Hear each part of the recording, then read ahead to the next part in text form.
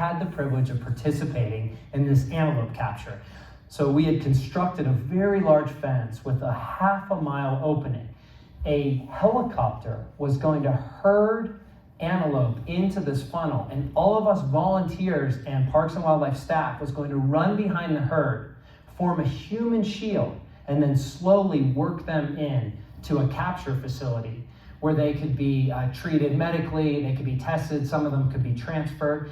And so I showed up, and it was dark. It's early in the morning. I was nervous, I was excited. As the sun began to peek out on the horizon, I noticed most everyone there had an F-250 or more. I noticed most of the guys were pretty hairy. There were amazing beards and Fu Manchus. It looked rather like a Carhartt convention. And here I was wearing a bright red ski jacket. I mean, it's the only jacket I owned at the time. I was scared. The guy that was in charge stepped up on the tailgate of this F-150, and he was going to explain how this was going to work. But all I could think was he's going to say, hey, you, yeah, with the bright red jacket that scares all the antelope away. You must be new here, ain't you? I was terrified. I felt exposed. I was around a group of men that I thought were real men. And the boy in me reacted. How often we all find ourselves in a situation where we fear exposure or we fear failure. You see, Adam's story is every one of our stories. It says in Genesis, I was afraid because I was naked, and so I hid. See, most of the time when you meet a man, you meet a caricature of masculinity. You meet a fig leaf, mature, sophisticated, and a way of constructing a facade that protects us in a way.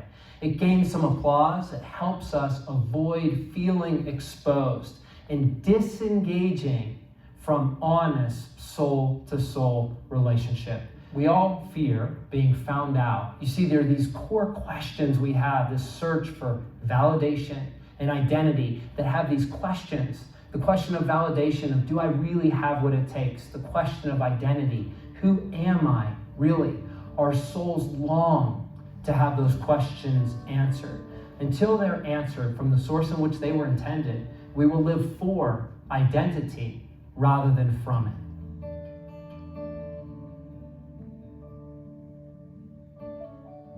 It's why G.K. Chesterton said, we are all under the same mental calamity. We have all forgotten our names. We have all forgotten what we really are. See, the self-protective man is not the truest man. The ancient path invites us to develop an ever-deepening awareness of the false man that we've constructed. And through that awareness, we begin to practice putting to death the false so that we can move through death into the greater life in which we were made to live.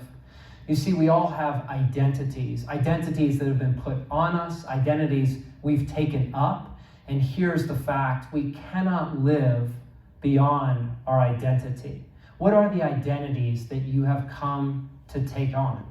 Who have you become? It's the central question to begin to excavate and uncover the truth of the false man at work. If we could peel the layers back of our masculine soul, we might find identities like I'm not enough, I'm not a real man, I'm a failure. Actions reveal beliefs 100% of the time, and it is so important to begin to become aware of these identities. A common example is, I'm just a sinner saved by grace. It is simply unhelpful to the masculine journey because we do not live beyond our identity. If you're a sinner saved by grace, then you will never truly live victoriously beyond sin. It's not how Paul addresses all of the men that he walked with when he speaks saints at Corinth, saints at Ephesus.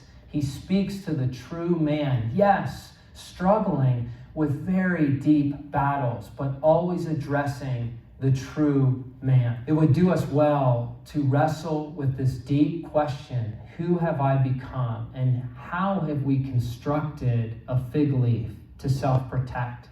It's only from that place of deepening awareness and putting to death the false, that then we can begin to consider the next question of who am I becoming?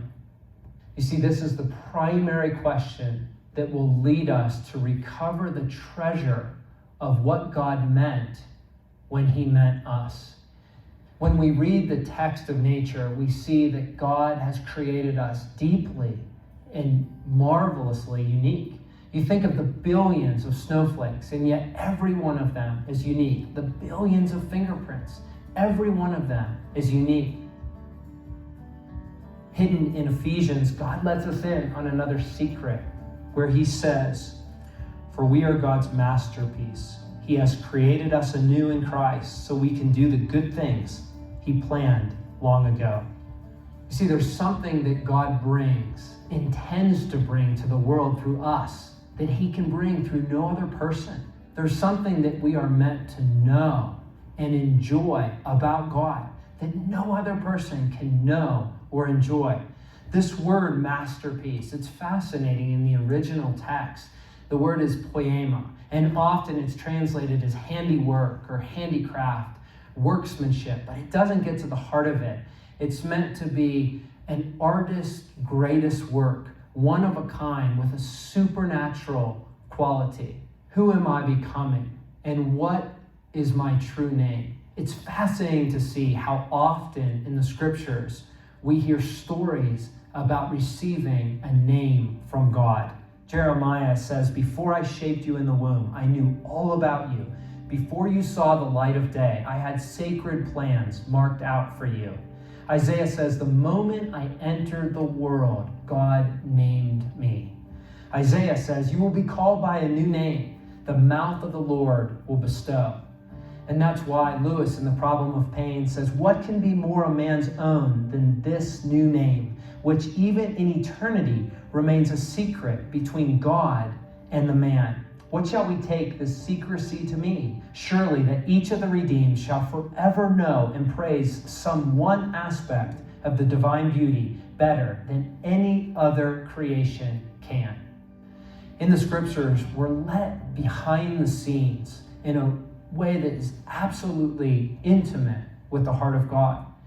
In Revelations, John talks about receiving a white stone.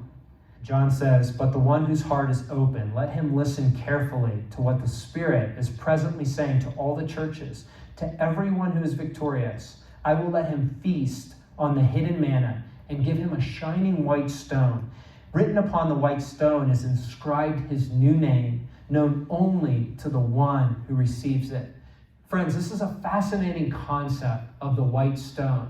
When we pull back the religious veil and see it in its true context communicated from the heart of God, there are these ancient truths that, if recovered, can help us restore identity and become thriving men.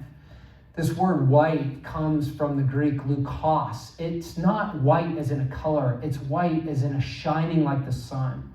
It's used in the transfiguration. It means a light, a glow, a luminosity, not of this world.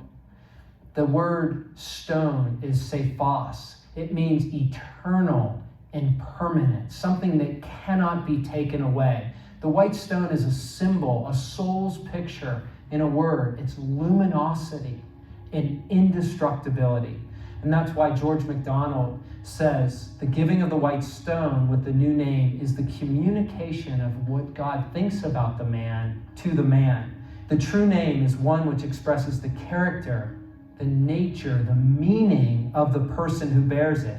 It's the man's own symbol, his soul's picture in a word, the sign which belongs to him and to no one else. Who can give a man his own name? God alone. This is our name. This is our soul's picture. It was meant to come to us, to strengthen us and reorient us to God. And it comes through both encounter and process. You see, we were meant to seek after the heart of God, to ask him our name, to learn our name, and to cultivate an intimacy by being named by him. But from receiving a name, it was intended to engage us in a process of becoming that name. I have a journal in my office at home, and it's filled with the many names that God has spoken over the years, my soul's picture in a word, a language between God and I, in Him restoring what He meant when He meant me. One of the very first times God spoke a name to me was many years ago. This is before I had theology to understand receiving a name, or theology to even understand asking for God to speak and cultivating intimacy with God. I saw a brochure of John Witherspoon. It was a fellowship offered in his name. I didn't know at the time, but he was one of the founding fathers of America. He was a pastor and a leader of a revolution. And it said in that brochure that John Witherspoon was a man who shaped the men who shaped America. And as I read that, my heart nearly leapt out of my chest. Something burned within me. And I could hear almost an audible voice of God saying, "Son, you are a man who shapes the men who shape my kingdom." He planted the seed deep within me, almost as a sacred deposit, but it began from encounter to process. It was the fuel for the becoming over the next 2 decades, to hold on to my name by way of revelation as a fuel to go through the process of becoming the kind of man that can walk in that mantle.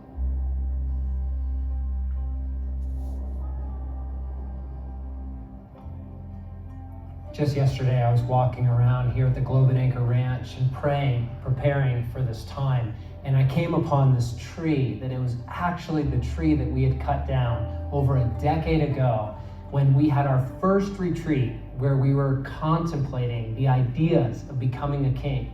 God led me there in such a unique and intimate way. He spoke words to me of my name there. It was intimacy. It was soul strengthening. You see, He has a name for you. He has a soul's picture. What is your name? Your name was meant to be the fuel for you to engage in the slow and steady process of becoming the kind of man that can carry the mantle that God has uniquely intended for you. That's why Dallas Willard in The Divine Conspiracy says, "We were built to count as water is made to run downhill. We are placed in a specific context to count in ways no one else does. That is our destiny." Through engaging in a process of becoming our name, over time, we shift in our masculine soul from reaching for validation and identity to becoming a man of strength that offers in love, in sacrifice, and in trueness. Jesus promised that through the death of the false man would emerge a greater life, an indestructible life, a life of greater union with God. And it begins by pausing and giving consideration to who we truly are. Who have I become? And who am I becoming?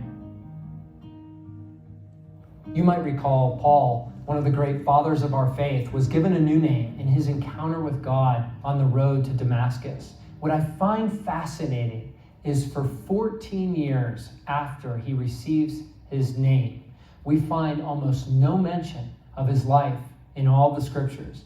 You see, in that time, there was a process of training. There was a process of becoming that name. And the man that emerges, as we see in the letter from Romans, is a man who is very well-versed in understanding and identifying the civil war in his own soul between the false and the true.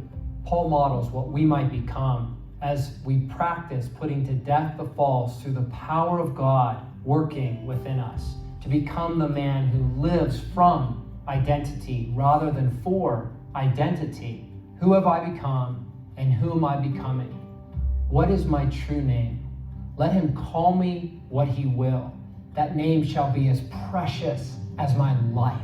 I will seek no more.